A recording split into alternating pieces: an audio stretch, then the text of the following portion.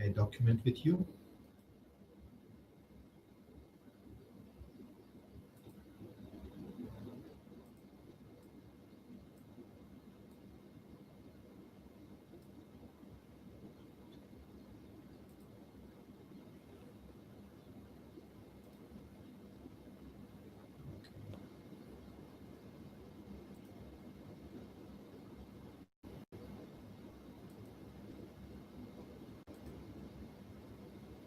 Where is the application?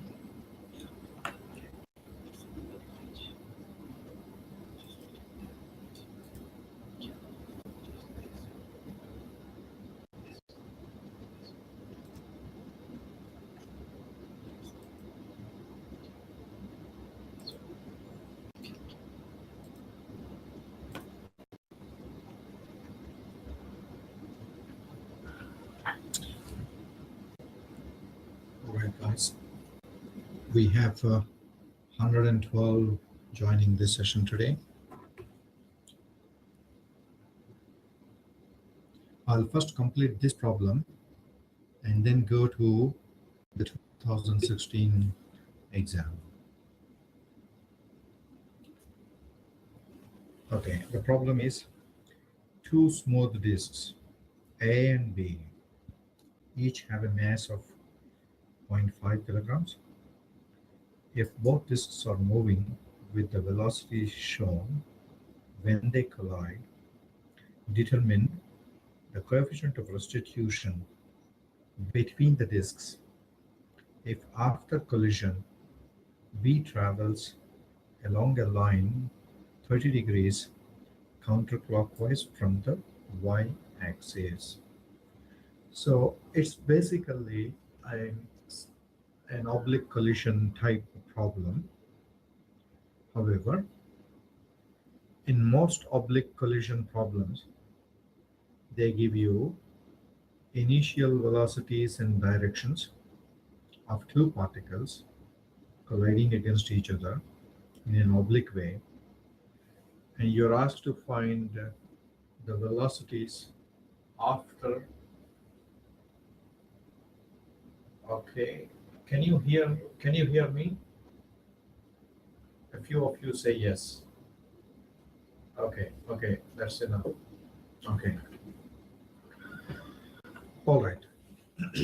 So when two particles are colliding, if the initial velocities and their directions are known, our task is to find the final velocities and their directions. So there will be four unknown quantities. In this case, he gave you one of the unknown quantities in an indirect way. We will use that information. Okay. VA1 is 6 meter per second and it's moving like this. VB1 is 4 meter per second and it's moving this way. We resolve them into x and y components as I did in the class like this. So because A is moving in the x direction, we do not have initial y component. VA1x is minus 6 meter per second. Y minus, it's going towards the negative x-axis. VA1 is 0. Sorry, VA1y. VB1 is 4 meter per second. I calculated this angle 53.13 and resolved that into x component VB1x and y component VB1y. So far, so good. Along y, when particles are colliding, the collision is taking place on the line of centers, which is this line. We need to apply principle of conservation of momentum and coefficient of restitution equations only on this line. On this line, the two particles will tangentially move with each other. Therefore, for each particle, initial momentum equal to final momentum. So if you apply it to A and B in the y direction, you get two equations, and along the x direction, two equations. You can solve for four unknown quantities. Okay. Along y, what I did is momentum is conserved for both A and B. So MA VA1y equal to MA VA2y. This is the momentum of A in the y direction before collision and after collision. So mass being the same, you get VA2y equal to VA1y. I need to write it properly. Therefore, VA2y equal to VA1y is equal to 0 because VA1y was 0 originally. Then with particle B, initial momentum is MBVB1y equal to, in the y direction, MBVB2y is the final momentum. Equate both of them, masses are cancelled. VB2y equal to VB1y is equal to the actual velocity in the y direction, which is this. So we already have two unknown quantities. What else we need? VB2x and VA2x. So for that, he gave you some further information. That is, particle B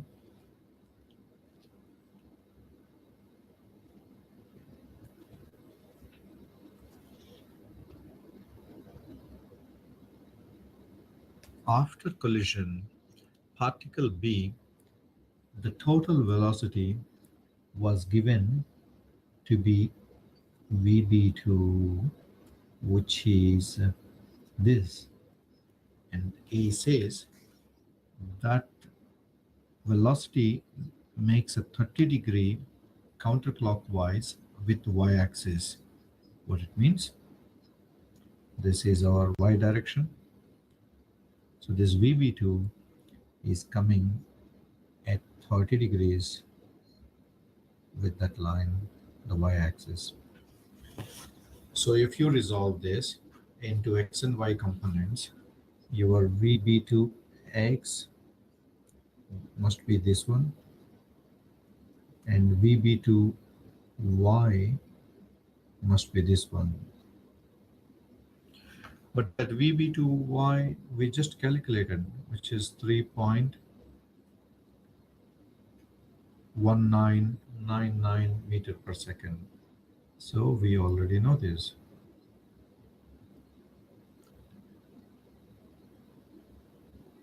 So from this triangle, we can calculate what is VB2x.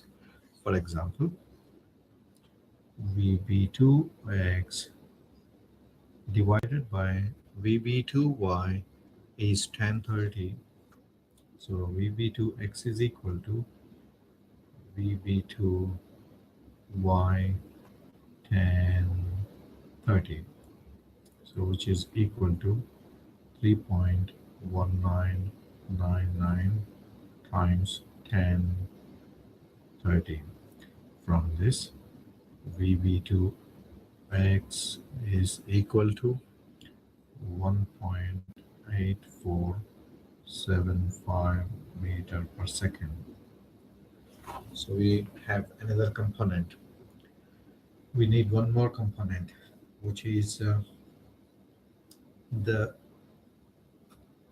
VA2x. In this problem, he didn't give you the coefficient of restitution. So we needed to calculate VB2x by using this additional information given. So we used principle of conservation of momentum along the x-axis now. Let me create a separation here. So so that you don't get confused later on and keep scolding me. Okay.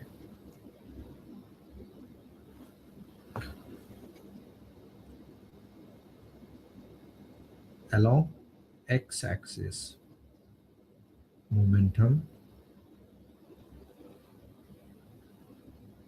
is conserved.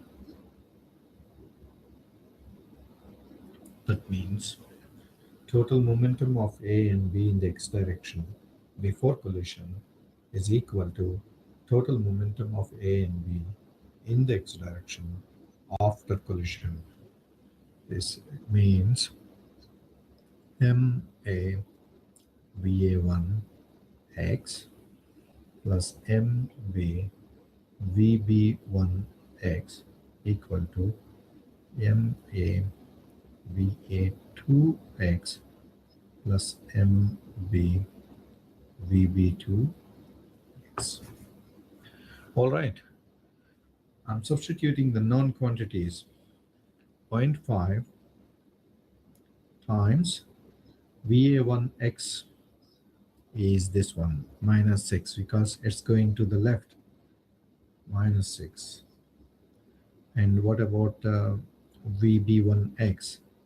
2.4 in the positive direction, therefore plus 0.5 times 2.4. Where are we getting this 2.4 from here? So that is the total momentum of both particles in the x direction before collision is equal to mass of A 0.5 times VA2x, which we don't know, but velocity of B in the x direction we just calculated, and it is pointing towards the negative x direction. Therefore, that momentum must be taken as negative, minus 0.5 times, what is the velocity? 1.8475. 1.8475. There are any problems. Cannot see, cannot hear. Okay. What are the problems? Okay.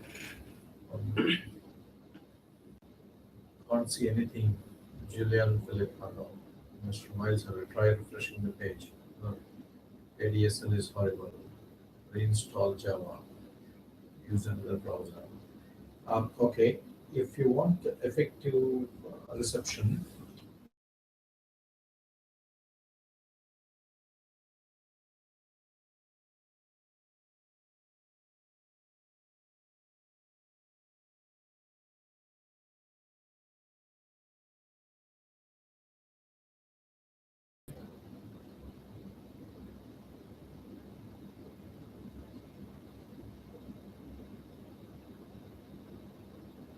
It is open from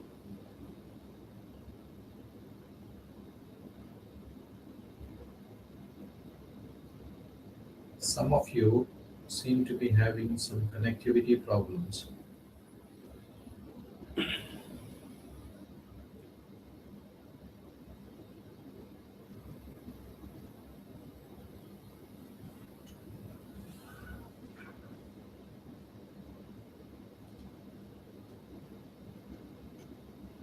Okay, those who have problems, you need to try some other method of getting connected. Maybe you log out once and come back again.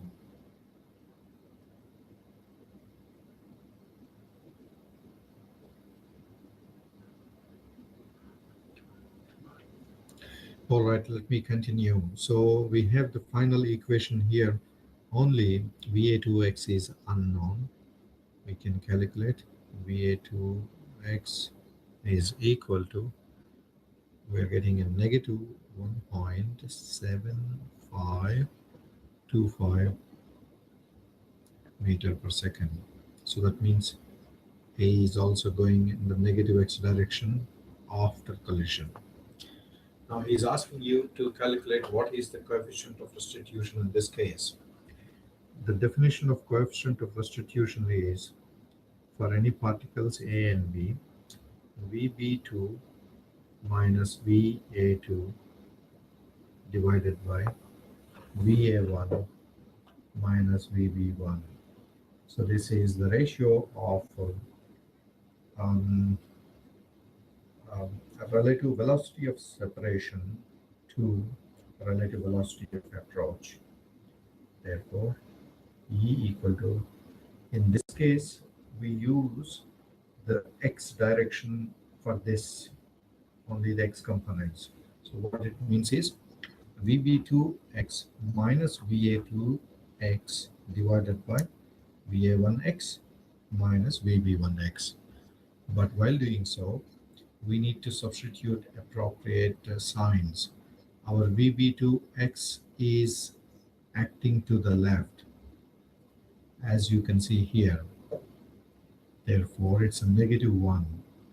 So minus 1.8475. Then VA2x is also negative, but there is a negative sign here. Minus minus, it's plus 1.7525 divided by VA1x. Our VA1x was minus 6 meters per second, acting to the left. So substitute minus 6. And VB1x is plus 2.4. So it's minus 2.4. When you solve this one, I'm getting the coefficient of restitution E as 0.0113. Because it's a ratio, it has no units.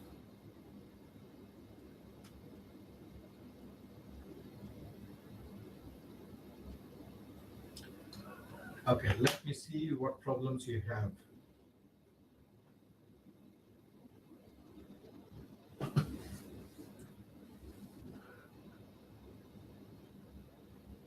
Okay, as some people are suggesting, you only connect through one device and also use Google Chrome.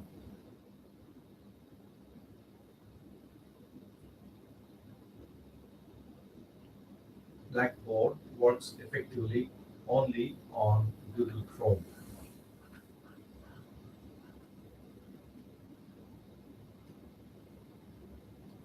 Okay, any questions for me in this problem?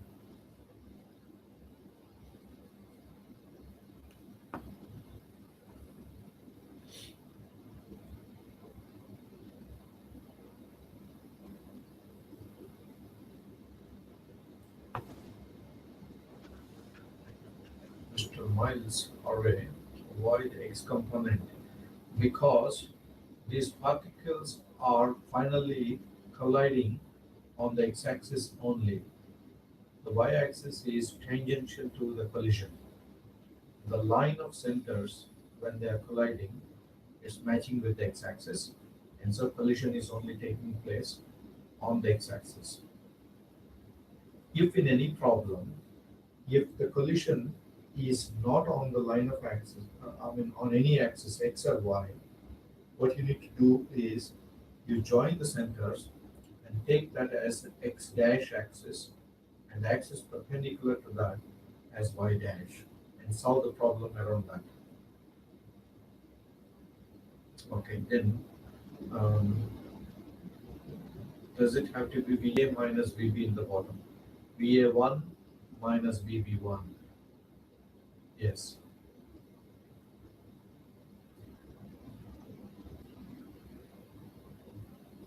Any other question?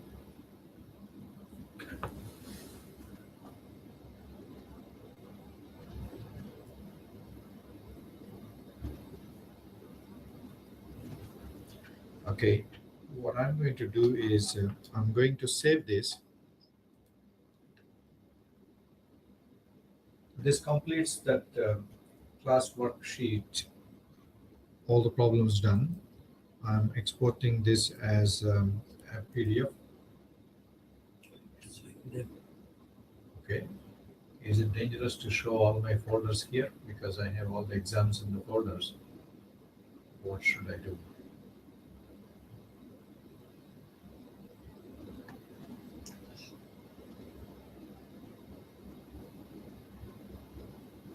this is okay.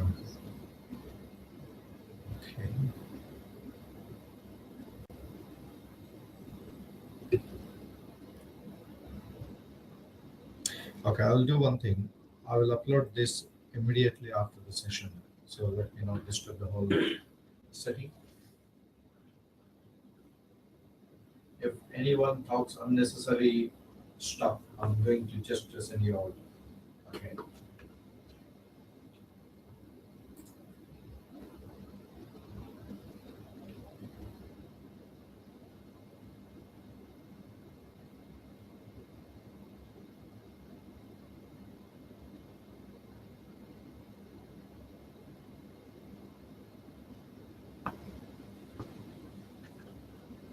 Any question?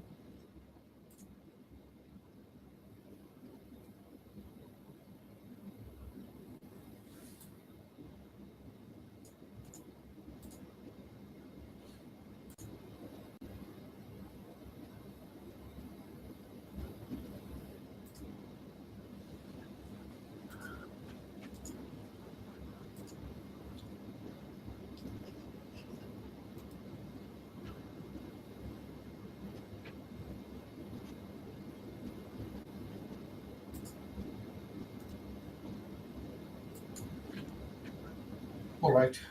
Let me.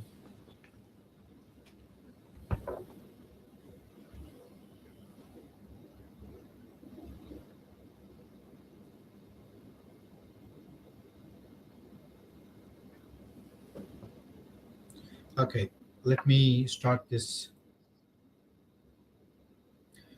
This was the exam given last year around the same time, and this year also you will face a similar exam. And so carefully follow.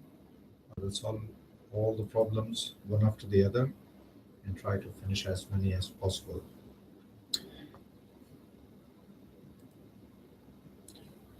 The velocity displacement graph of a go-kart moving along a straight path is as shown in figure A1A. The acceleration of the go-kart when s equal to 150 meters is equal to what? So s equal to 150 meter is here.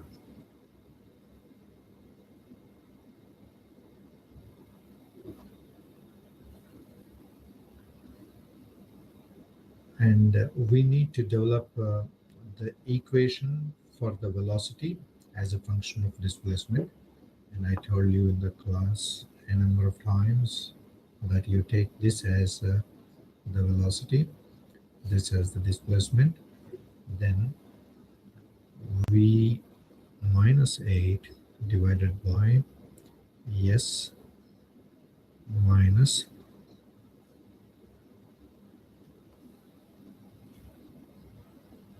100 is equal to minus 8 over 100. I told you how to do this a number of times. When you cross multiply this,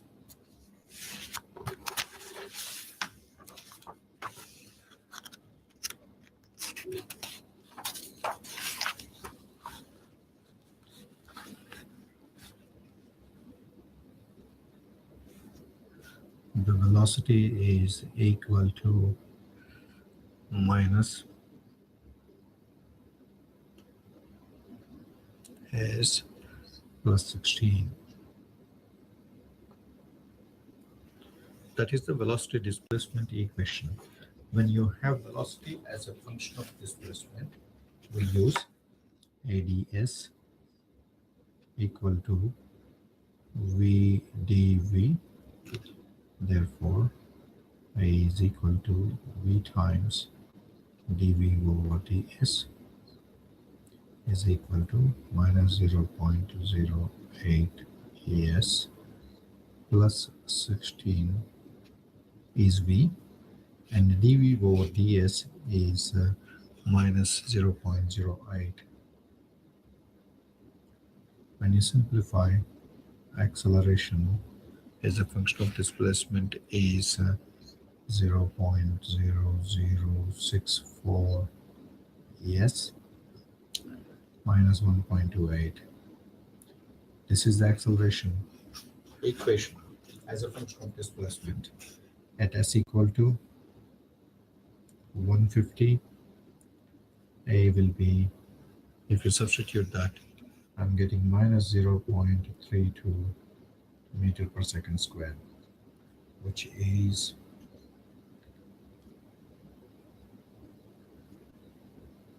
that one. Therefore, the answer is B.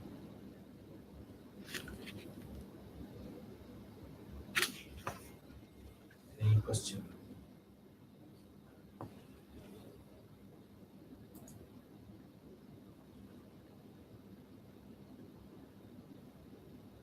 Y plus 16. When you multiply this 0.08 with 16 and all that, it will come. And this 16 is coming because we are cross multiplying. Any other question?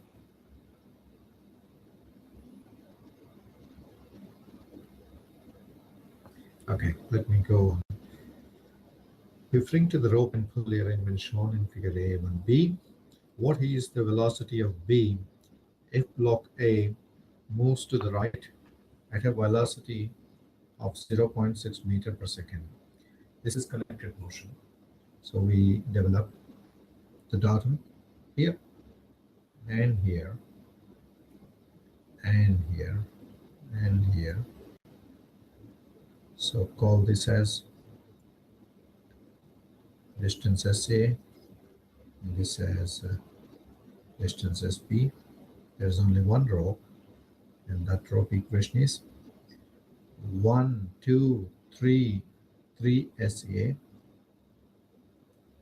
plus SB equal to length. When you differentiate, 3 velocity of A plus velocity of B equal to 0.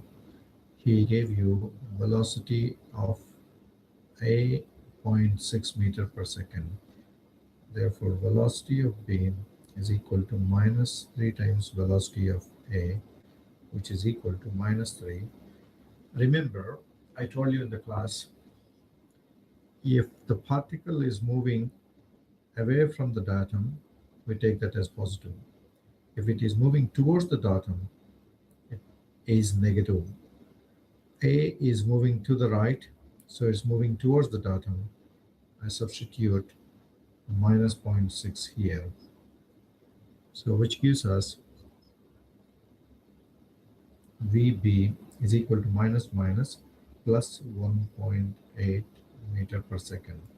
Plus here means B is moving away from the datum that way. So it's moving downward with 1.8 meter per second velocity, which is this option. Take this as A. Any question?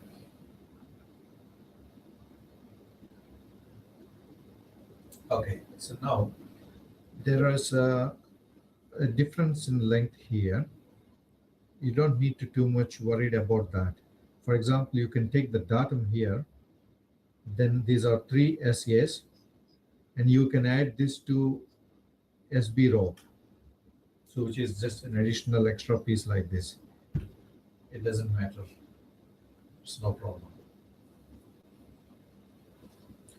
You don't need to show any working, but even if this is correct and that is wrong, you will not get any mark. So what is given here is what is tested, what is verified. Any question?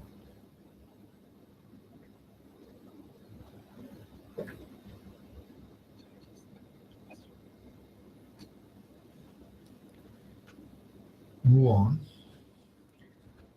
When a rocket reaches an altitude of 40 meters, it begins to travel along the parabolic path y minus 20 square, 20 whole square, equal to 80x, as shown in figure A1C. The x and y coordinates are measured in meters. If the component of velocity in the vertical direction is constant at Vy equal to 90 meter per second, the magnitude of the rocket's total velocity when it reaches an altitude of 40 meter is close to what? Okay, it's an equation that is given here. X, I will write it this way, 80x is equal to y minus 20 whole square. Then can I write x equal to 1 over 80 times y minus 20 whole square. And I'm differentiating both sides with respect to time, which is dx over dt on the left side is equal to 1 over 80. We have a function of y. We want to differentiate it with respect to time. How do we do it? First differentiate with y, which is times 2 times y minus 20 to the power 2 minus 1, which is 1, times the differentiation of y minus 20, which is 1 only. But we need to write dy over dt to complete the differentiation. And this dx over dt is nothing but the velocity. In short form, we write it as x dot is equal to, it simplifies to 1 over 40 times y minus 20 times dy over dt is the velocity in the y direction, y dot. He is asking you when y equal to 40 meters, what is the total velocity? Okay, the y component of the velocity y dot is given as constant always, which is 90. So substitute that to calculate x dot equal to, this is at y equal to 40 meters. Oh, right. X dot equal to 1 over 40 times 40 minus 20 times y dot is constant 90. From this I can get x dot, which is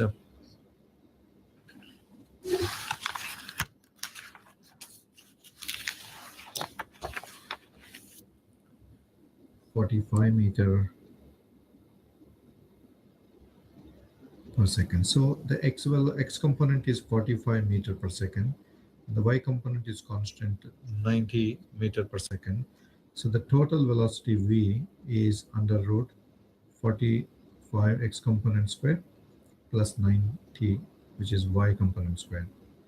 We get the velocity as 100.623 meter per second, which is roughly 100 meter per second, which is given here as D.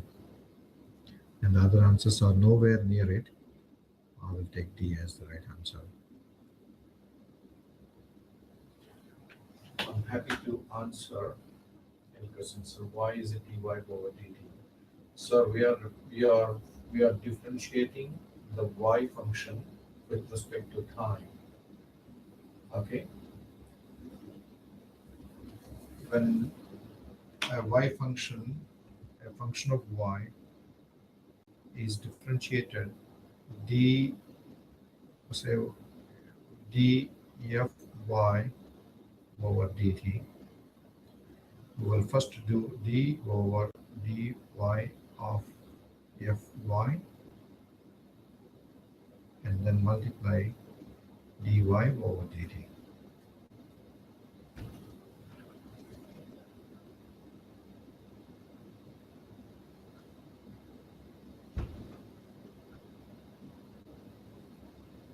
Any other question?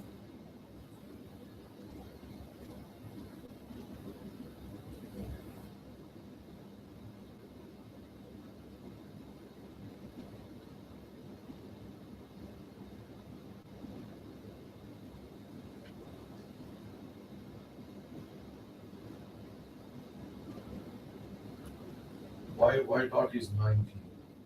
In the problem he gave, in the y direction, the velocity is constant and 90 meter per second. So y dot is nothing but the velocity component in the y direction.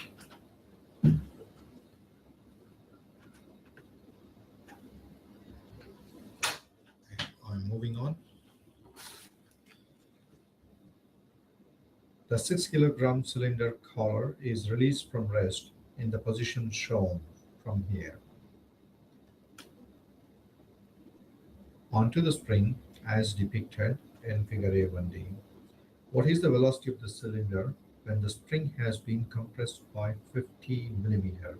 So that means we are coming down to a point like this where this deflection is 50 millimeter, which is 0. Okay, let me write it as 50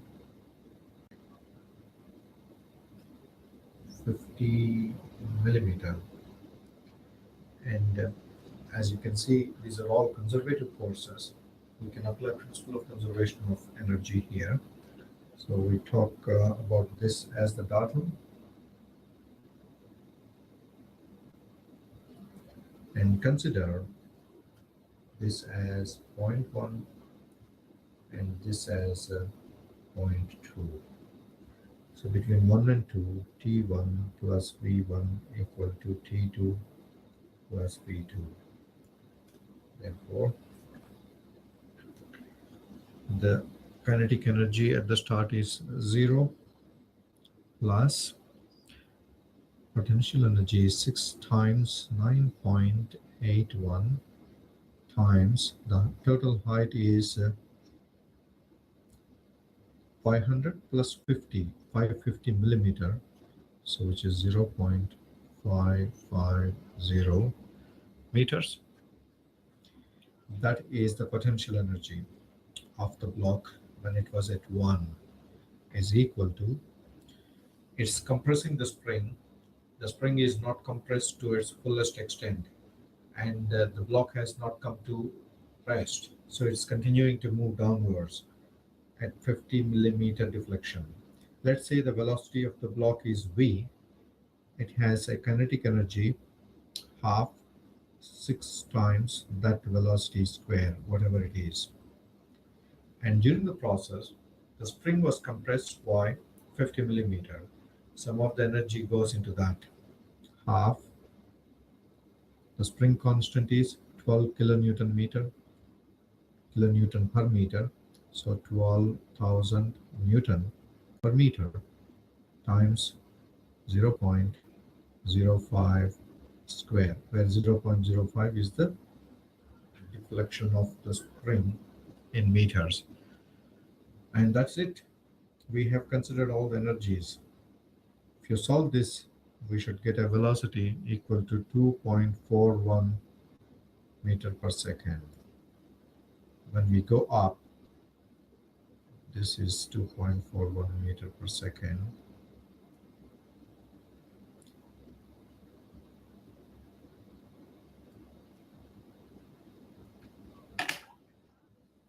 Okay, any question here?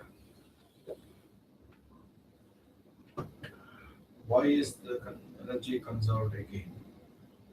Because springs and gravity field, whatever you do, they are conservative forces. We neglect the springs as losing any energy in all our problems, unless it is clearly stated. Could we use the work energy equation for this? As I told in the class a number of times, work energy equation is the fundamental equation. And the principle of conservation of energy is a subset of work energy equation. Work energy equation can be applied anywhere, but principle of conservation of energy is only applicable where actually energy is conserved. That means in conservative systems where only gravity forces and springs are involved. Ask why did we use 50 millimeter instead of 550 millimeter for the spring? See, the spring was here. Its original length is this. When the mass falls on this one, it is only deflected from here to here, which means it is only getting deflected by 50 millimeter. And that's the reason why. Because the spring was not from here. The spring was only from here to here, and it was only deflected by that much. J zone. Cause spring changes 50 millimeter. Okay. Okay. Any other question?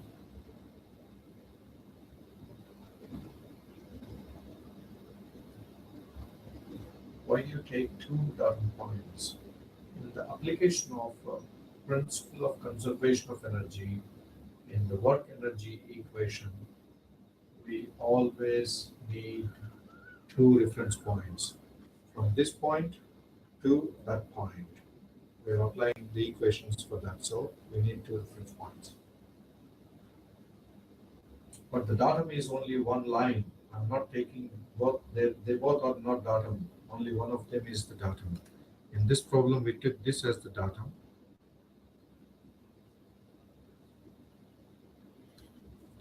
Any other question? Can I go to the next one? Is it always the potential energy of spring taken as positive? When you use it as potential energy, we always take it as positive. But when you consider the work energy equation, the work done by the spring could be positive or could be negative depending on what direction it is pushing the object.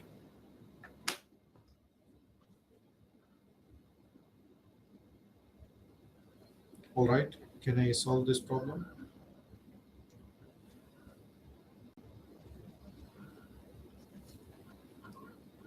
Two particles A and B are moving along two parabolic paths as shown in figure A2. At this instant, the tangential velocity and acceleration of particle A are 10 meter per second and 3 meter per second square respectively. That is at this point. Tangential velocity and tangential acceleration of point A, which is moving on curve 1, are given. At the same instant, particle B has a constant tangential velocity. Okay, that's good. That means it has no acceleration. Tangential acceleration is 0, as directed in the figure. Calculate the magnitude and direction of the relative acceleration of particle B with respect to that of particle A at the instant given. In all these problems, as I said a number of times, we need to write these accelerations of each particle as vectors. Then we can write the relative velocity equation in the vector form and solve the problem easily. For writing them as vectors, we need the x and y axis. He has given that here. We use the same axis, convert the acceleration components at A and acceleration components at B in the x and y directions and write them as vectors. If you do that, the problem is solved. But while doing so, you know any particle going through circular motion will have two components of acceleration, probably. One is the tangential component and the other one is the normal component. So for example, here, A tangential is this, A normal, A normal, we need to get that. Similarly at B, the tangential acceleration is given as 0, so one problem is solved, but there will be a normal acceleration, which is A, B normal. We need to get this, we need to get this, and then resolve them into x and y, and add all of them, get the total accelerations vectors. I'm doing that in a systematic way. Follow this carefully. Curve 1 is y equal to 0.4 x square, y dash 0.8 x, y double dash 0.8, rho 1 plus y dash square to the power 3 over 2 divided by modulus of y double dash. When we use at x equal to 5 meter, why are we using this? Go back to the picture. At particle A, xa is given as 5 meters. Rho A is equal to 1 plus 0.64 times 5 square to the power 3 over 2 divided by 0.8. Rho A is equal to 87.616 meter. Theta A is tan inverse y dash, tan inverse y dash at x equal to 5 is 0.8 times 5. Therefore, theta A equal to 75.9638 degrees. What does it mean? This line along which a tangential acceleration comes is making an angle theta A. That is what it is telling us. Can we do the same thing with curve 2?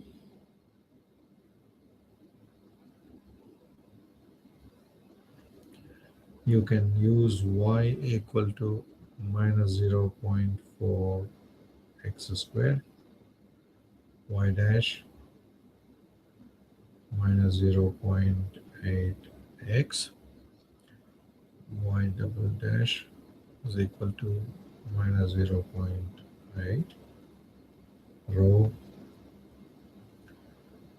1 plus y dash square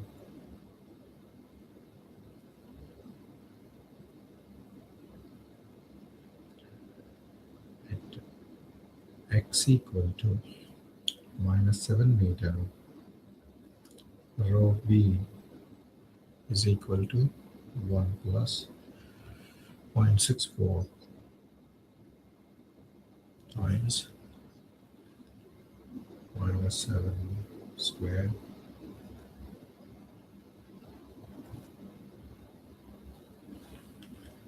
zero 0.8. Therefore, rho b is equal to 230.1033 meters, and theta b is equal to tan inverse y dash equal to tan inverse minus 0.8 times minus 7. Therefore, theta b is equal to 79.87.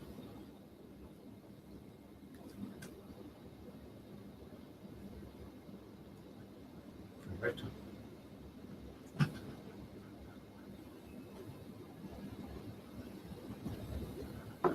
Absolute value. Yeah. Y 230 is negative 230. This one should be absolute value. What it means is you need to kick out the sign.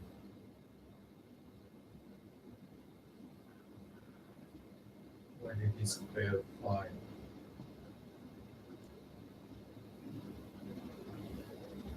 This one, this is 0.4 x 0.8x whole square y dash square.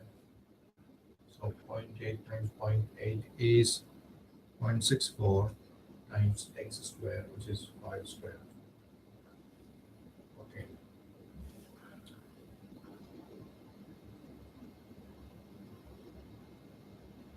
Okay, any other question?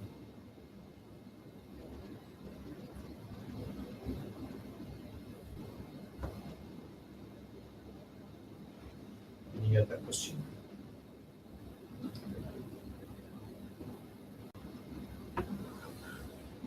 Okay. Now that we know these angles, we are ready to resolve our velocities, accelerations into x and y components.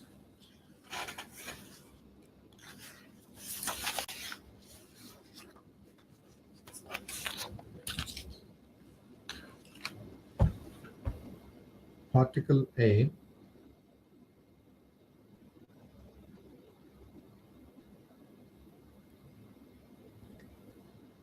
let's draw a picture so that we have a clear idea.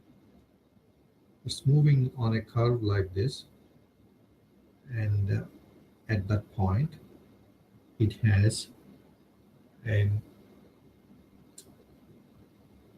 tangential acceleration AAT, and it should also have a normal acceleration AAN. Okay, then we can actually join the two, and we can find the total acceleration vector A, which is this. What we have so far is we know that this angle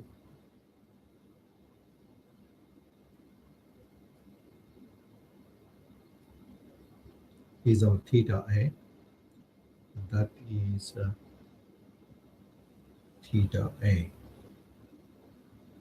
And if you call this as alpha A, first VAT is 10 meter per second. That is the tangential velocity. Acceleration at A in the tangential direction is 3 meter per second square. We know that magnitude. And acceleration in the normal direction is velocity at A tangential square divided by rho A. We have this as 10 square divided by rho A is 87.616. From this, acceleration of A in the normal direction is 1.4113. Now, we need to write this as a vector along this x and this y. We can individually resolve these two and write x and y components of AAT and x and y components of AAN, take them as positive or negative depending on the directions, and then add both the x components and both y components and write the final vector of A.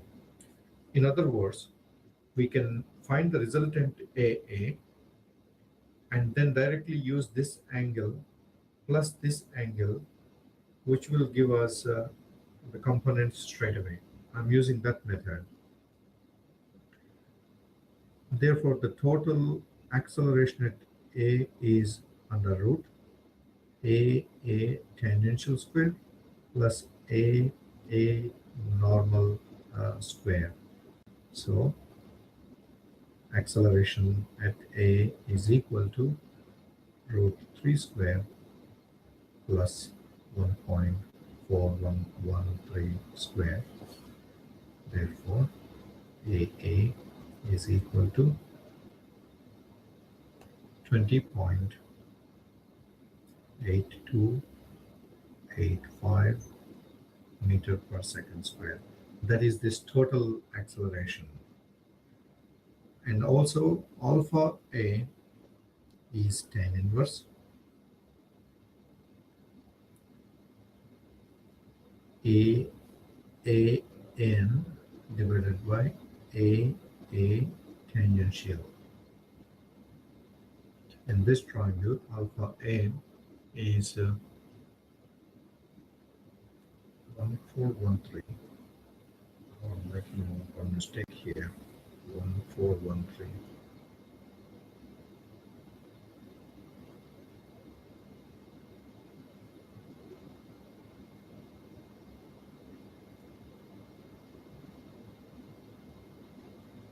Okay. Therefore, alpha A equal to tan inverse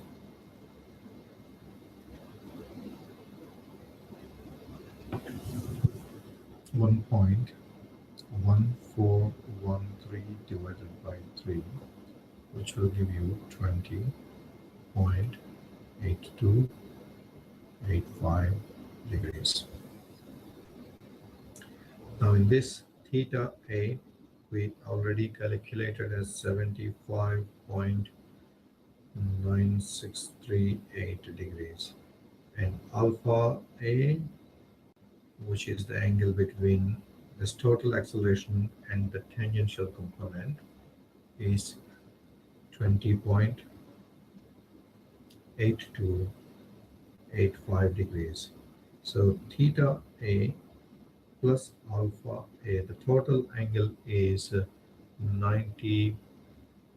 That we can say the angle made by the total acceleration at A with reference to the x-axis is equal to 96.7923 degrees.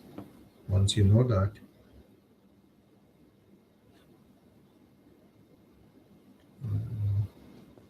I made another mistake here.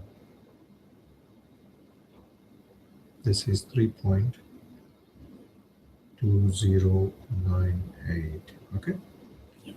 Therefore, acceleration at A, the total I can write it as the magnitude of this, which is 3.2098 times cos of this angle, what it is making with x-axis, 96.7923 times I, because this is x component, and then the y component is plus 3.2098 times sine 96.7923 J.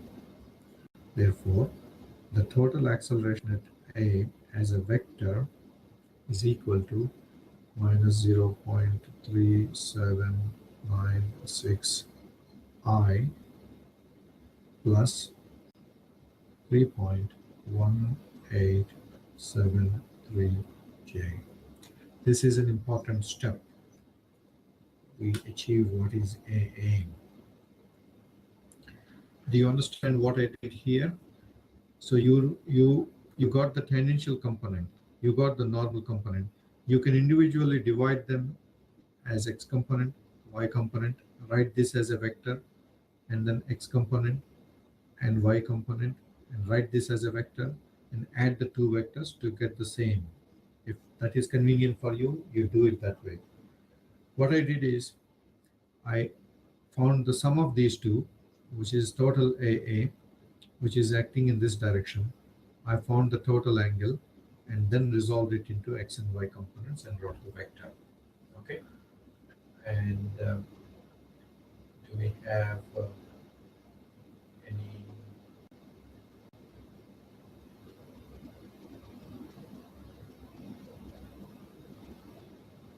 questions here.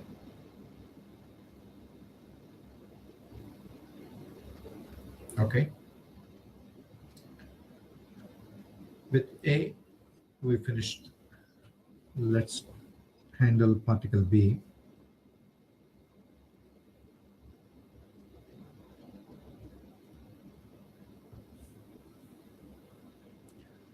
Particle B is here, somewhere like this.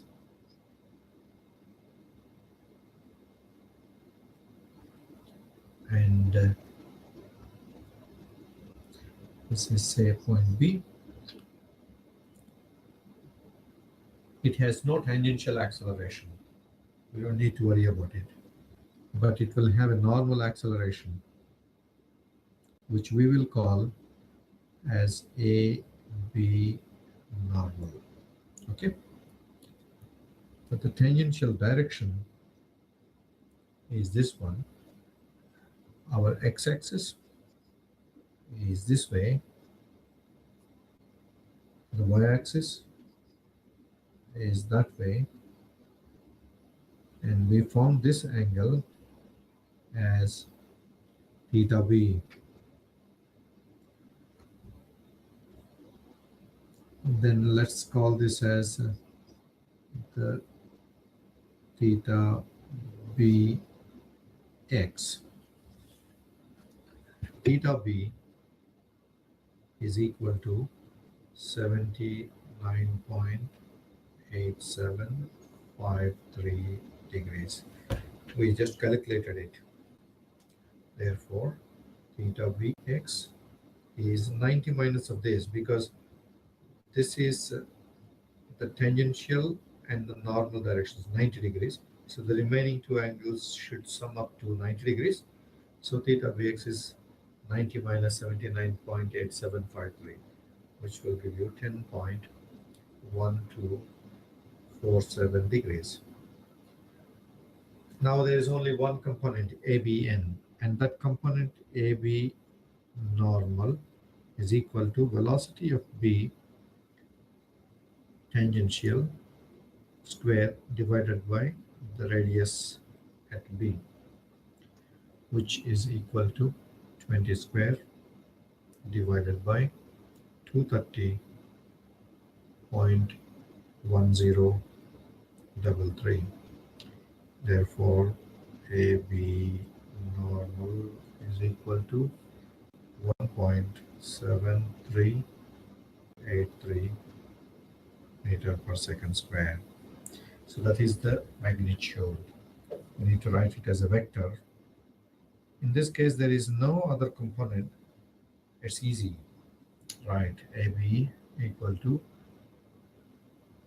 the magnitude 1.7383 times cos of the angle it is making with x-axis, 10.1247, and because it's acting downwards, the y-axis is towards the negative, so I will write it as minus 1.7383 times, pardon? I, yeah, there must be an I here. 1.7383 times sine 10.1247 times J. So from this, AB is equal to 1.7112I minus 0.3056 J. Now what we have the x-axis and the y-axis. Looking at these vectors, AB is like this. The velocity vector, acceleration vector at P, and the acceleration vector at A was something like this, AA, and this is our x-axis, This is our y-axis. And we want what is the velocity of, acceleration of B with respect to A. So that means we need to draw this vector. This is acceleration of B with reference to A. We know acceleration of B with reference to A is equal to acceleration of B minus acceleration of A, as I told you a number of times in the class. When you do that appropriately, you will get ABA as equal to 2.0908 I minus 3.4929 J. That is the relative velocity vector. Its magnitude is under root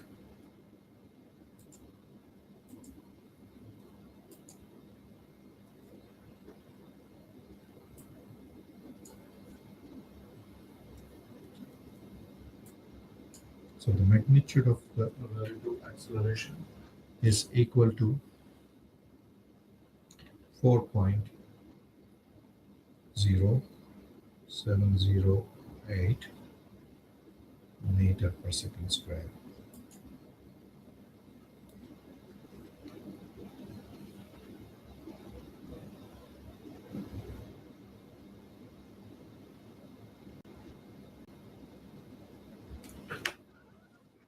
Any question?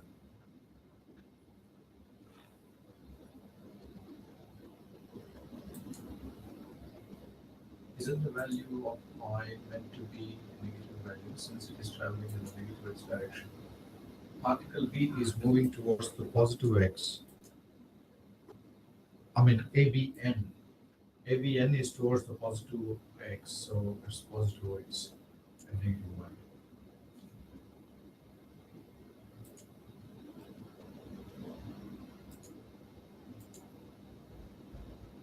What are they doing? Screenshots. Oh, okay. Soichun and Mango. For direction will be calculate angle. Yes.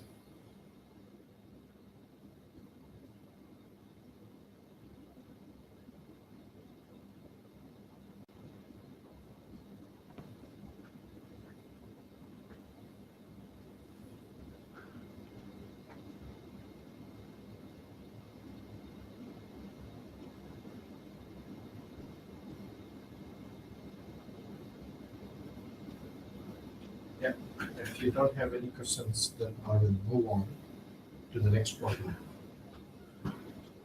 Are we fine? One or two say yes or no. Then I will. We have 132 participating here. Yeah, so seems fine. Can you hear the voice clearly? Any problems? If you can say yes or no, then I will proceed. Okay.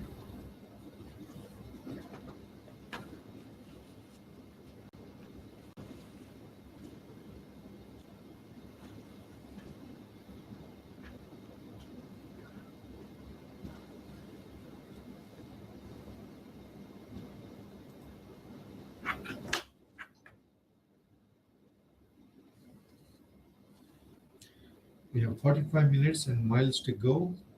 Let me solve this one. The two blocks in pulley system shown in figure A3 is released from rest with the cable taut. Considering the friction coefficients mu static equal to 0.25 and mu kinetic equal to 0.20 between block A and the horizontal surface, which is here, calculate the accelerations of the blocks A and B and the tension in the rod. Note that block B is freely sliding without touching any surfaces. That's well and good.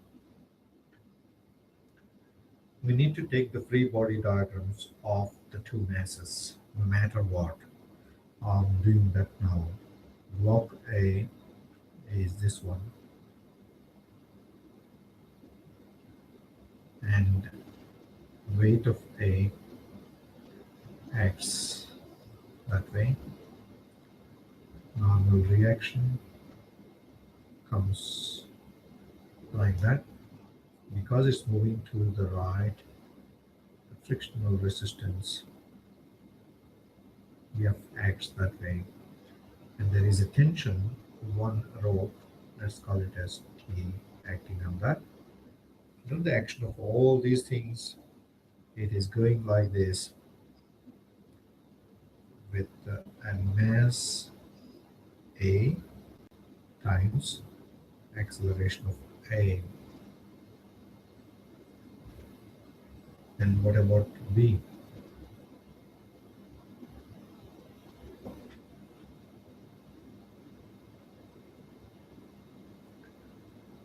WB acts like this.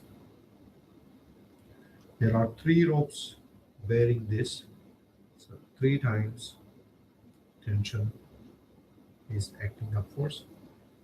The whole thing is falling down. Mass B times acceleration of B. So this is the free body diagram of A. This is the free body diagram of B.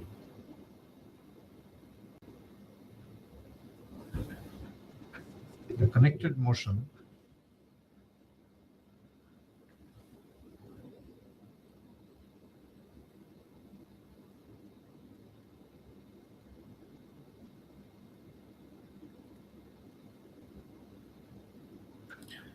connected motion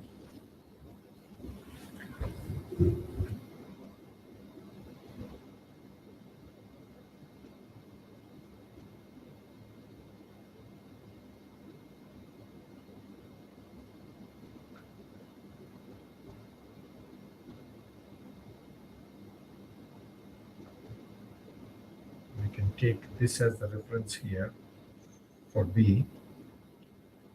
Then write SB and write SA.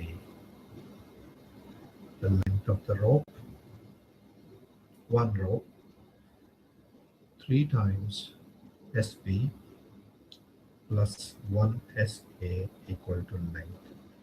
Therefore, 3 times velocity of B plus velocity of A is 0, or VA equal to minus 3 times velocity of B, and acceleration of A is minus 3 times acceleration of B.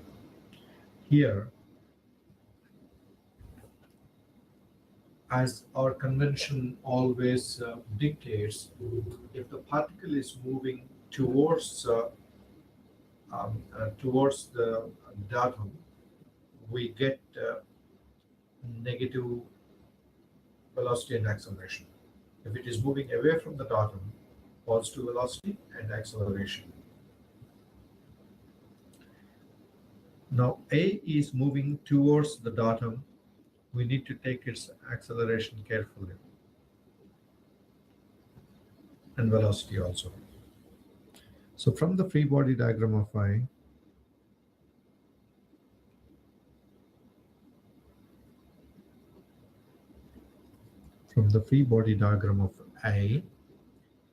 sigma Fy equal to 0 will give N equal to WA equal to 30 times 9.81. Therefore, N is equal to 294.3 Newton. And the friction force is mu kinetic times normal reaction, which is 0.20 times 294.3. Therefore, the friction force is equal to 58.86 newtons. Sigma Fx equal to mass times Ax or AA. T minus the friction force is equal to mass of A times acceleration of A. Therefore, T minus 58.86 equal to mass of A is 30.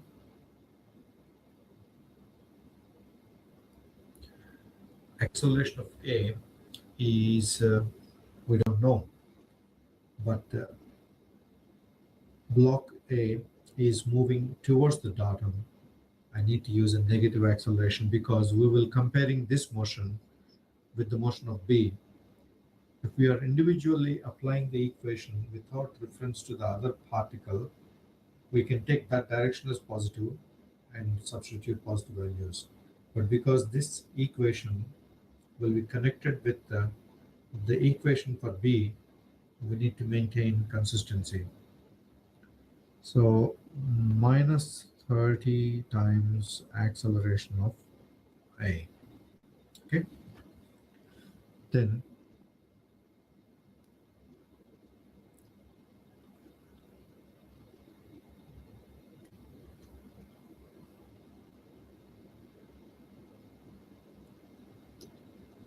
free body diagram of B, if you consider sigma Fy equal to mass of B times acceleration of B. Therefore, it's moving downwards, minus 3t plus the weight of B is equal to mass of B. If it is moving down, acceleration of B to be taken as positive. So therefore, minus 3t plus 25 times 9.81 equal to 25 A times B. So we can simplify this. What it will give you? Minus 3t plus 245.25 equal to 25 acceleration of B. But acceleration of B, we can simplify this, minus t plus 81.75 equal to, I divided throughout by 3, 8.3333 acceleration of B, or minus t plus 81.75 equal to, AB is equal to 1/3 of AAA minus. So if you substitute that, this becomes minus 2.7778 AA. Call this as equation 2. Call this as equation 1. They both are in T and AI. Therefore, solving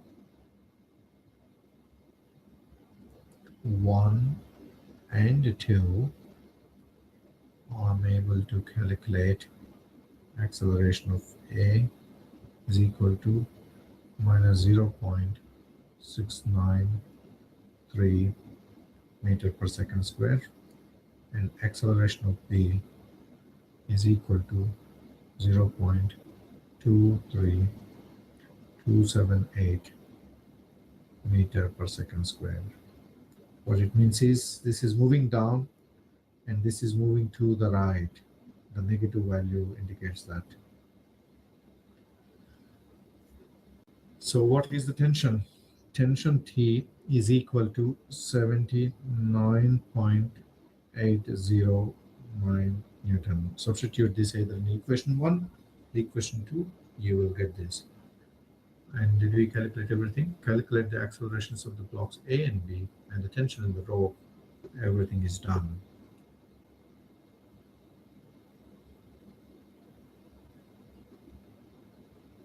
Let me see if there are any questions.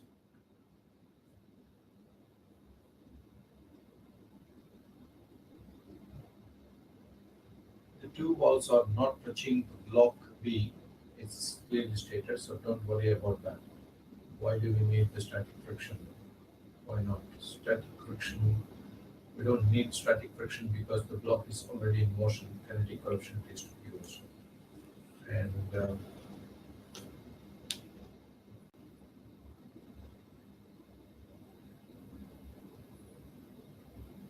why is it minus 2.778 AA? It is because AB equal to minus 1/3 AA. Substitute that here. 8.3333 divided by 3 is this one. And so minus AA. Okay, any other question?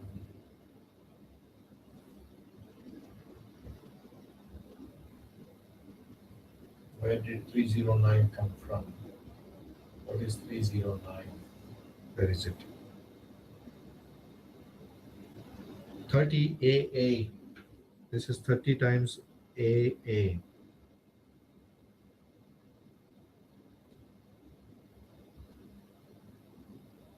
How did you get T? Substitute either AA or AB. Say AA. In this equation, you get T. Okay, any other burning question here?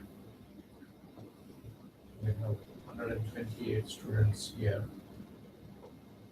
but only a few questions raised. So does it mean it's all okay? Okay, moving on.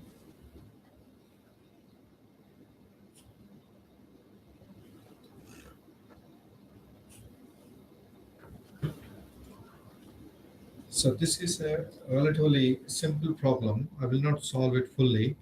I'll give you hints and I'll give you the answers and you do it at home. A sphere of mass 3 kg is pushed upward along the slope by means of the spring-loaded plunger, which is as shown here. After release from the spring pressure at A, the sphere travels up along the sloping surface and reaches the peak point at A. Next, it moves through the curved trough from B to C.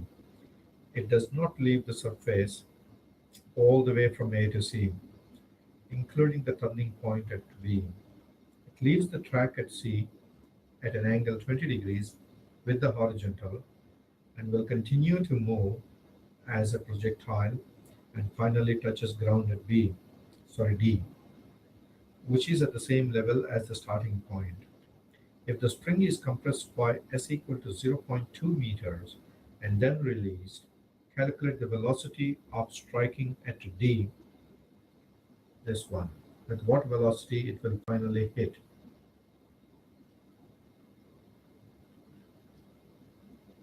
Which is at the same, okay. And the total horizontal distance R, what is the total distance? For the dimensions of the track as shown, all surfaces are smooth and the spring constant is 10,000 Newton per meter.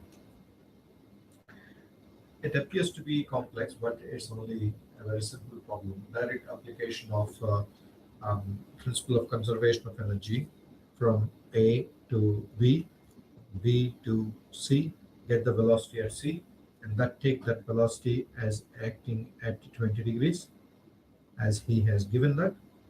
And from C to D is projectile motion. Use the projectile motion.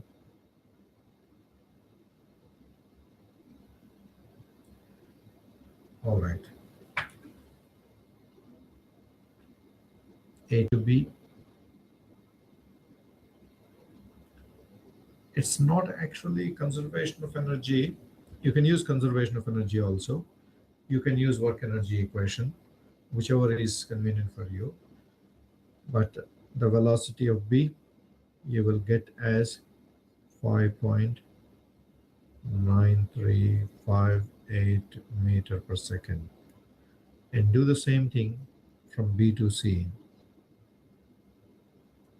You will get the velocity at C as equal to 8.6298 meter per second. And C to D, you can apply the potential or the work energy equation, and you can get the total velocity component Vd equal to 11.547 meter per second. But this is total velocity at D. We need to go back to the projectile motion C to D.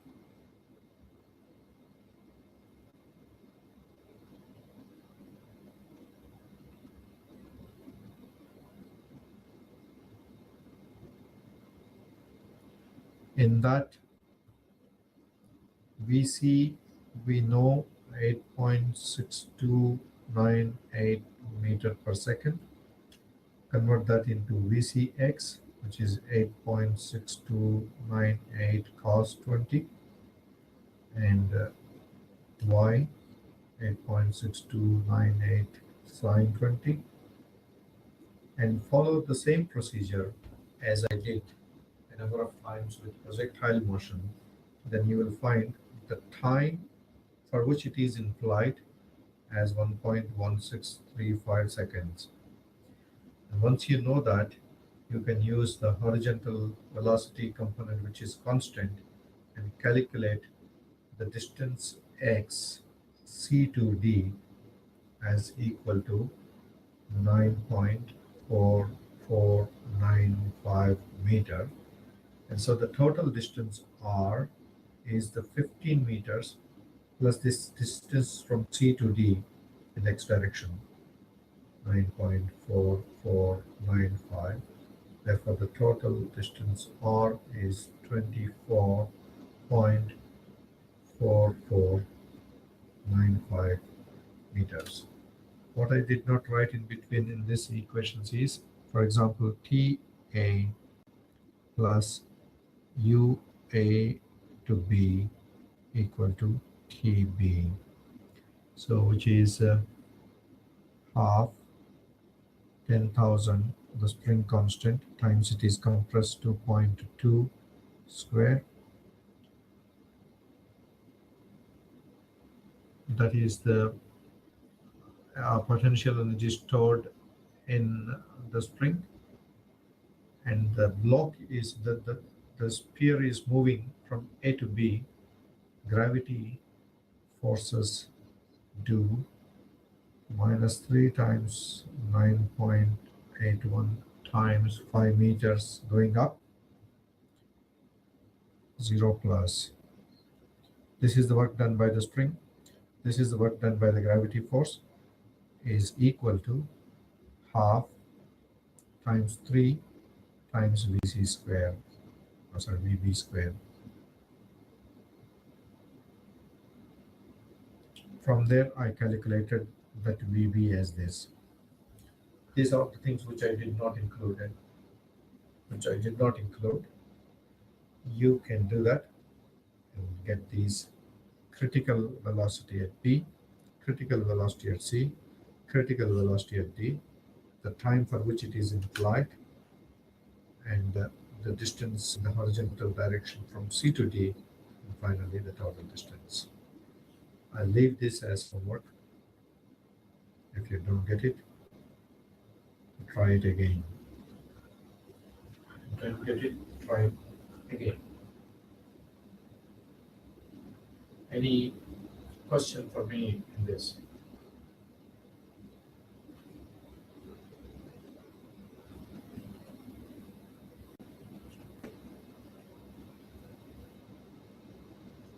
If you want, you go, Mr. Michael Agno. I'm going to continue and we'll be finishing it at 8 o'clock.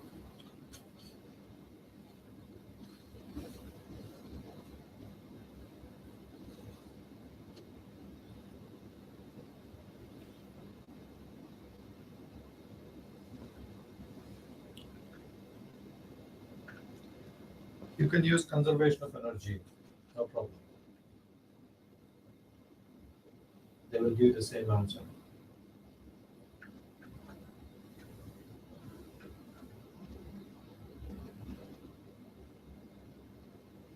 Yes, because there is no friction, you can use conservation of energy equation.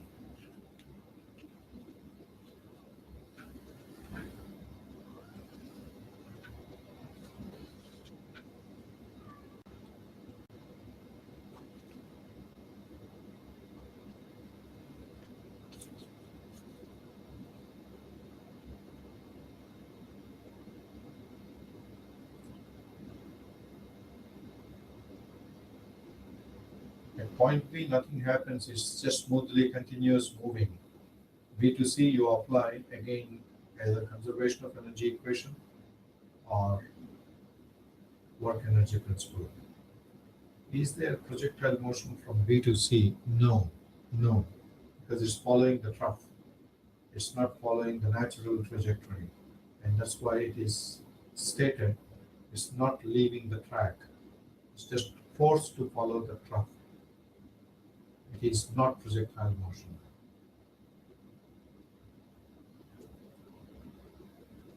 If it is jumping from B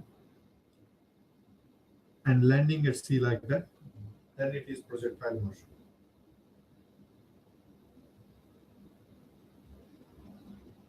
Any other question?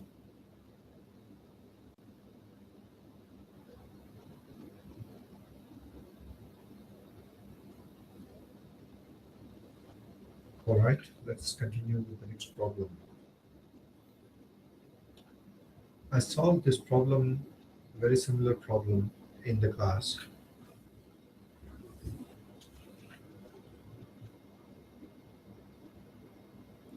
Referring to figure A5, the mass of the elevator together with the load is 400 kilogram and that of the counterweight C is 60 kilogram. The elevator starts from rest and moves up with constant acceleration. When the time is 2 seconds, the counterweight C attains a velocity of 2 meters per second relative to the elevator. That's where the trick is.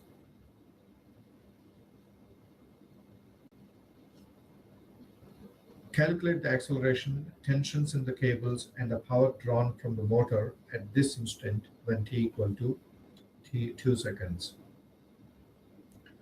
Here, the connected motion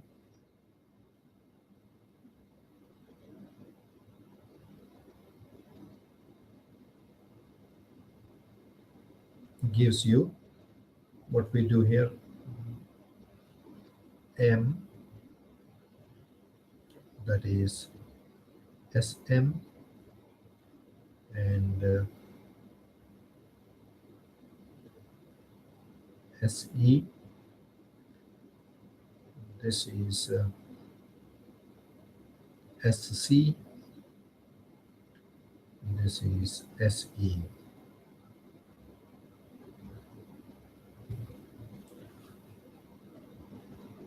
Two times Se plus Se minus Sm equal to length of the rope 1.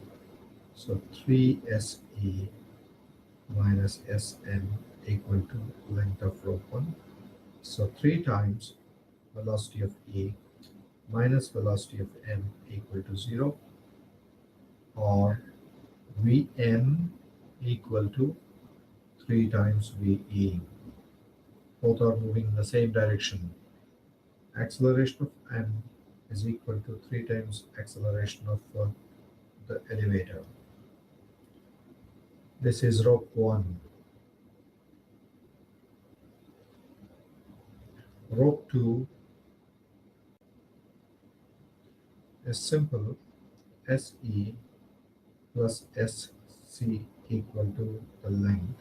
Therefore, velocity of E plus velocity of C equal to 0. Therefore, velocity of E is equal to minus velocity of C, and acceleration of A equal to minus acceleration of C. That is connected motion. Come to the relative motion.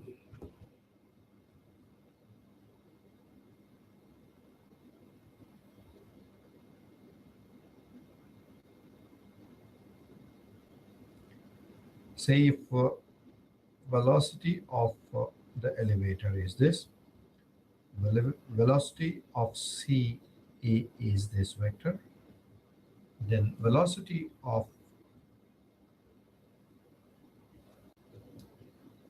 velocity of C with respect to E is this vector.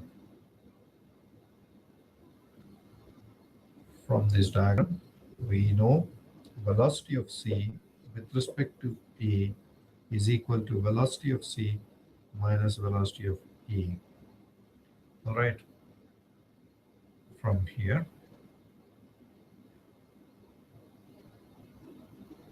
velocity of C with respect to E equal to Vc minus, see, Ve is nothing but minus Vc, minus of minus Vc.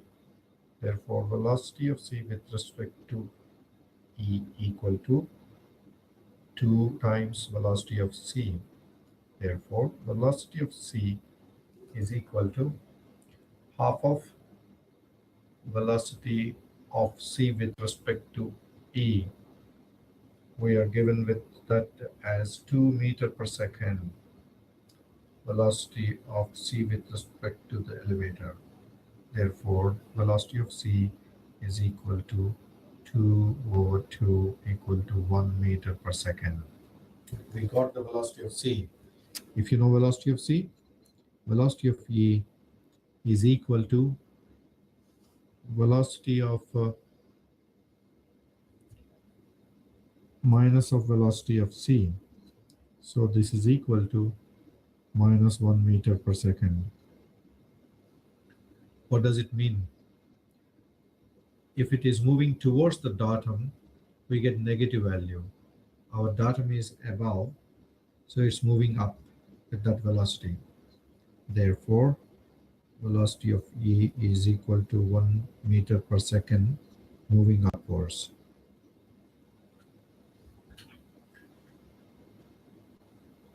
What about the velocity of the motor? Velocity of the motor is 3 times velocity of E and should be in the same direction as velocity of E. So is equal to 3 times VE, 3 times 1, which is 3 meter per second, also moving up. We have the velocity. We need the tension in this cable so that we can calculate the power drawn. Power equal to force times velocity. For that, we need to go to kinematics.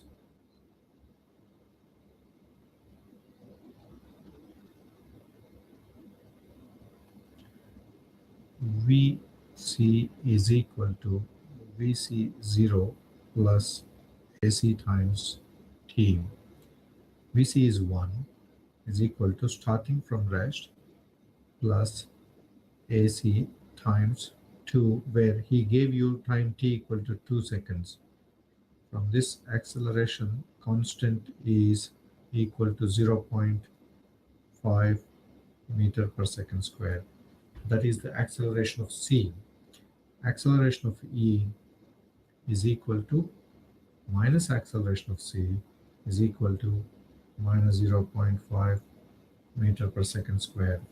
Again, what it means is elevator is moving towards the datum, 0.5 meter per second square, acting upwards. Then we can use the equation of motion.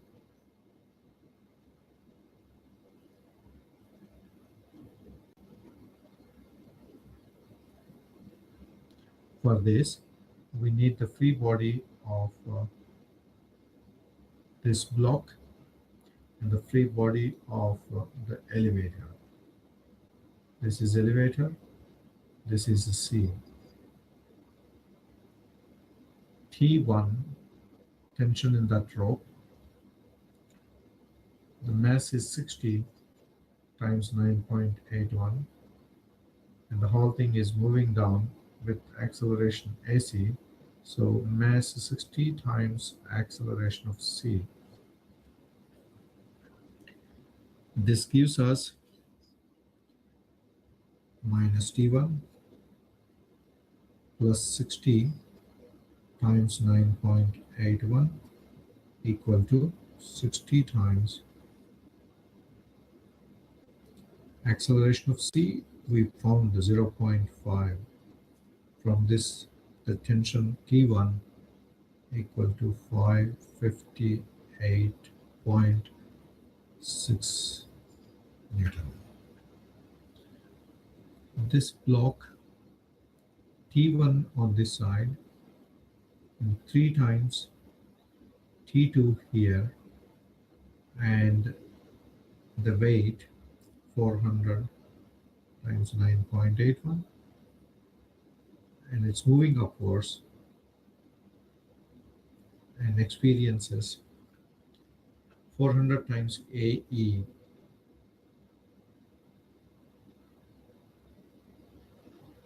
inertia force.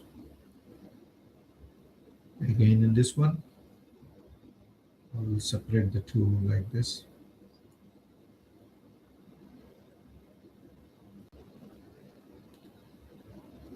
T1 plus 3T2 is minus 400 times 9.81 is equal to 400 AE. Substitute all the known quantities. 558.6 is T1 plus 3 times, we don't know, T2 8 minus 400 times 9.81 equal to 400. We established the acceleration 0.5 moving upwards. From this, T2 will be 1188.4667. That is tension 2. Once you have tension 2 and the velocity of the motor, power is equal to tension 2 times the velocity of the motor. The power is 1188.4667 times velocity of the motor is 3 meters per second. Therefore, power output is at that instant 3565.4001 watts.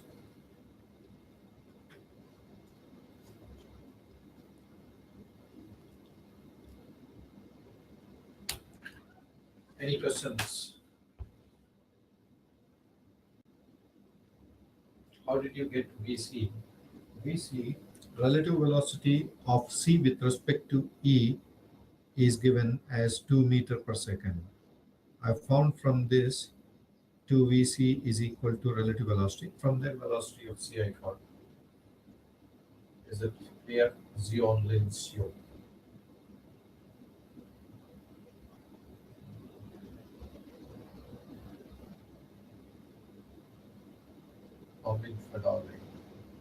And finding T2, the acceleration of the elevator is towards the dotting. So should it be 400 times? No. We are applying that equation of motion individually for that body as it is moving up. So it is in the direction of acceleration. So don't get confused like that. When the two motions are compared, A, C and E, you need to be cautious about the signs. But once you come to know of what is the acceleration, when you're applying the equation of motion on the elevator, you can just take whatever direction you know and solve the problem in that direction. That's what I have done.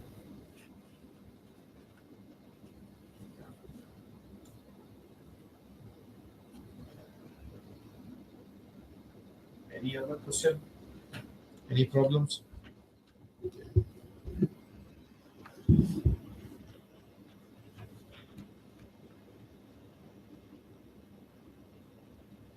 What is 666?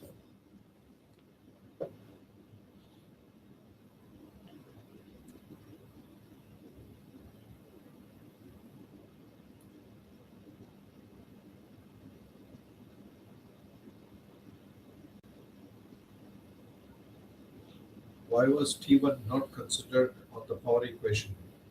Because motor is connected only to the second row, it is only generating T2.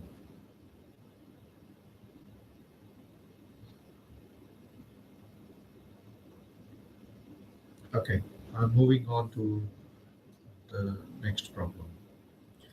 I solved this problem in the class already. You need to first consider a 45 kilogram boy runs and jumps on the 10 kilogram sled with a horizontal velocity of 4.6 meter per second as shown in figure A6A. If the sled and the boy crossed 25 meter on the level snow before coming to rest, compute the coefficient of kinetic friction mu k between the snow and the runners on the sled.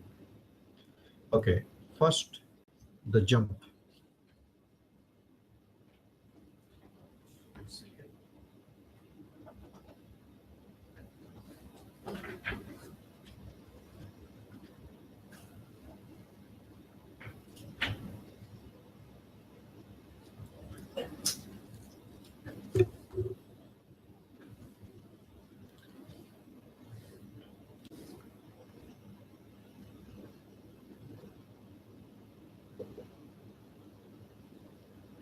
Momentum is conserved when he is jumping.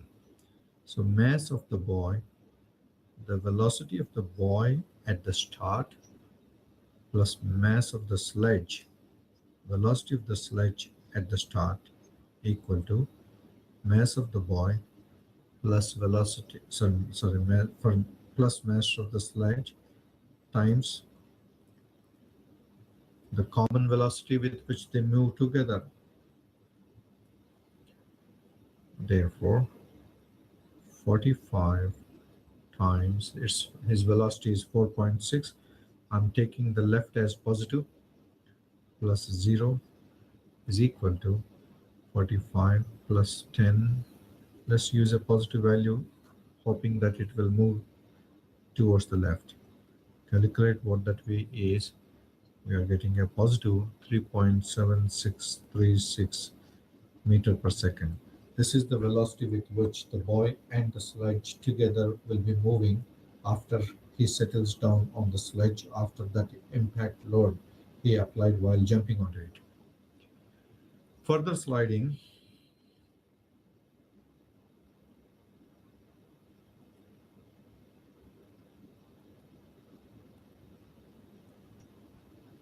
take the free body diagram of the boy and the sledge together. Okay. The total is 45 plus 10, 55 kilograms times 9.81 is the weight. Normal reaction, because it's moving to the left, frictional resistance comes here. Sigma Fy equal to 0 gives you N equal to 55 times 9.81 equal to 539.55 Newton. Then F equal to mu kinetic times normal reaction equal to 539.55. We don't know what that mu k is. Keep that as unknown. We can use the kinematics.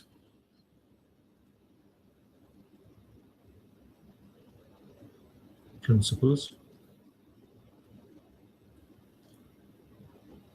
V0 is 3.7636 meter per second. Final velocity, they are coming to rest. And in a distance 25 meter. So V squared minus V0 square is 2 AC times S. From there, 0 minus 3.7636 square equal to 2 times AC times 25.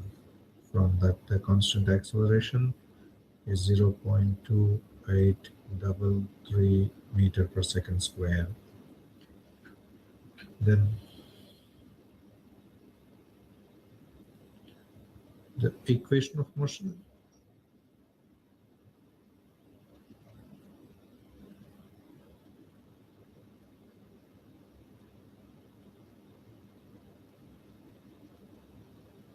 Sigma fx equal to mass times a constant. Therefore, F is the only force in the x direction, equal to mass is 55, both of them put together, times the constant acceleration is 0.2833. Therefore, F is 539.55 times mu kinetic, which is not known, equal to 55 times 0.2833. From that, the mu kinetic is 0.0289.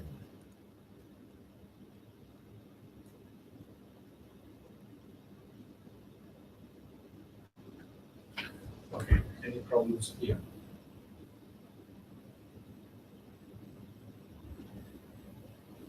Already know it is constant acceleration. What else? Because there is only one force acting, and that force is the friction force. It's not going to change with time. So then why is it not constant acceleration? Because if force is not changing, acceleration will not change. Why friction is positive? Where is it positive? The total force is the F force. It is on the left side. It is equal to the mass times acceleration. That is it.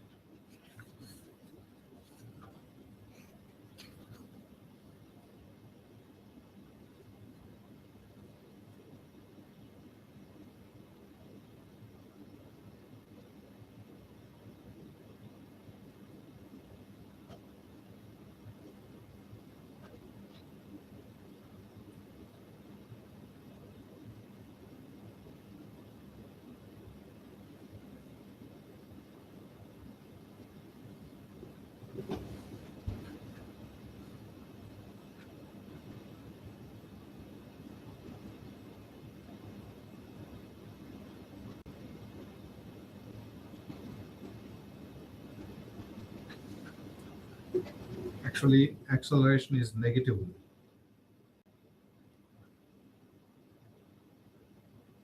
And so take this as a negative equal to negative, and finally kinetic coefficient is positive. All right.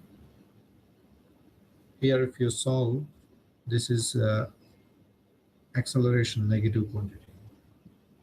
All right.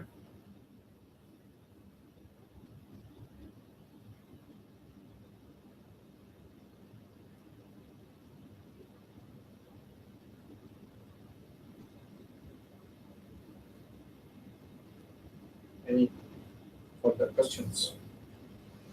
Okay, the last problem is collision. I solved a problem like this just a little while ago, and as we ran out of time, I'll just give some clues and I will give the final answer. You can do it. So when they are coming and colliding, this is the line of collision. So you apply principle of conservation of momentum and coefficient of restitution along this axis.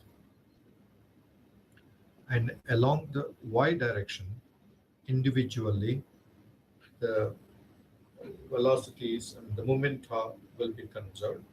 So from that, VA1y equal to VA2y, which is the y component of this velocity.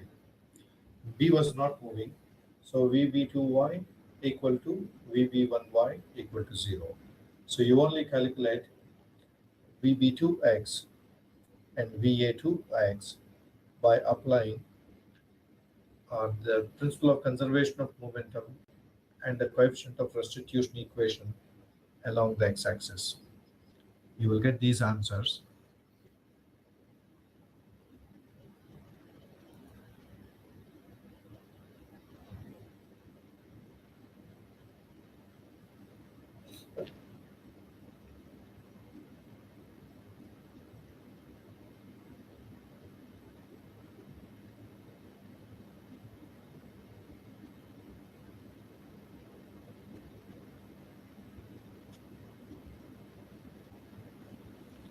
VA2x is minus 0.1915 meter per second.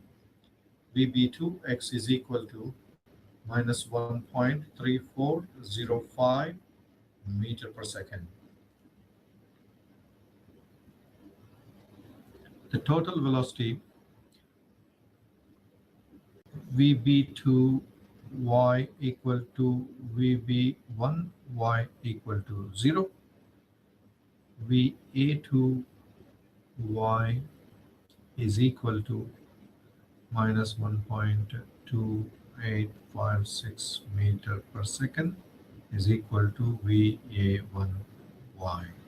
So the total velocity at A, VA2 is equal to 1.3 meter per second, and VB2 total velocity magnitude is 1.3405 meter per second, which is the x component square plus y component square under root in each case. I'll answer any questions. Otherwise, I'll stop it here.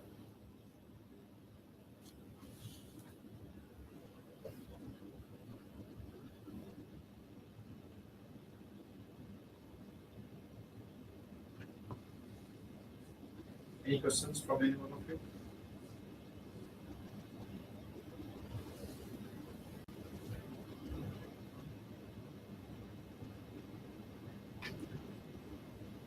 Yes, when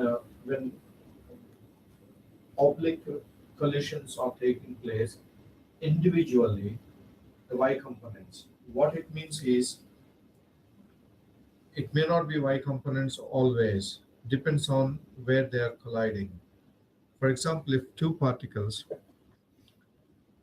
A and B are coming like this, initially the velocity of this is this way and the velocity of this is that way, and they are colliding against each other finally here.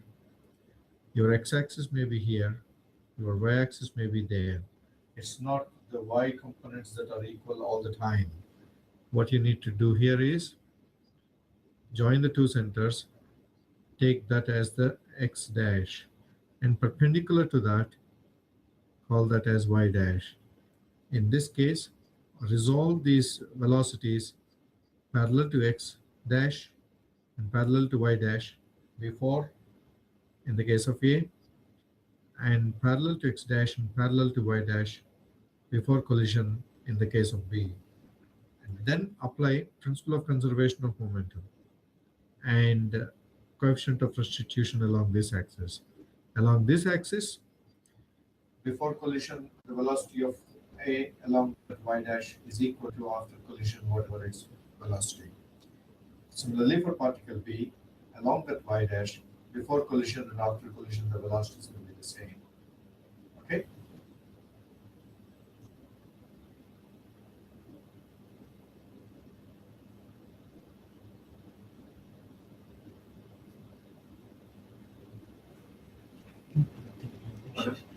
Attempting image resolution.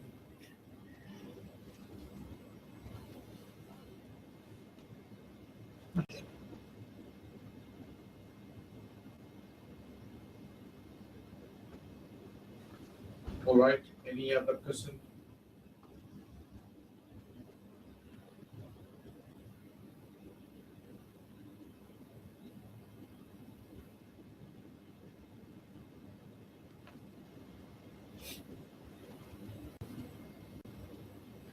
The summary of all the equations.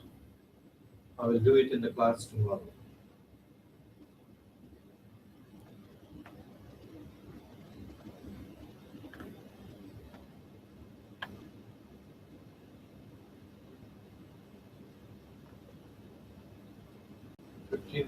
.89 needs this method to solve. Yes, I will mention that in the class tomorrow.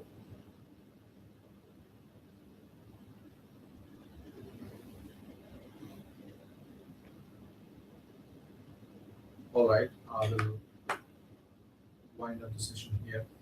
Thank you for joining me. I'll see you tomorrow at 8 o'clock.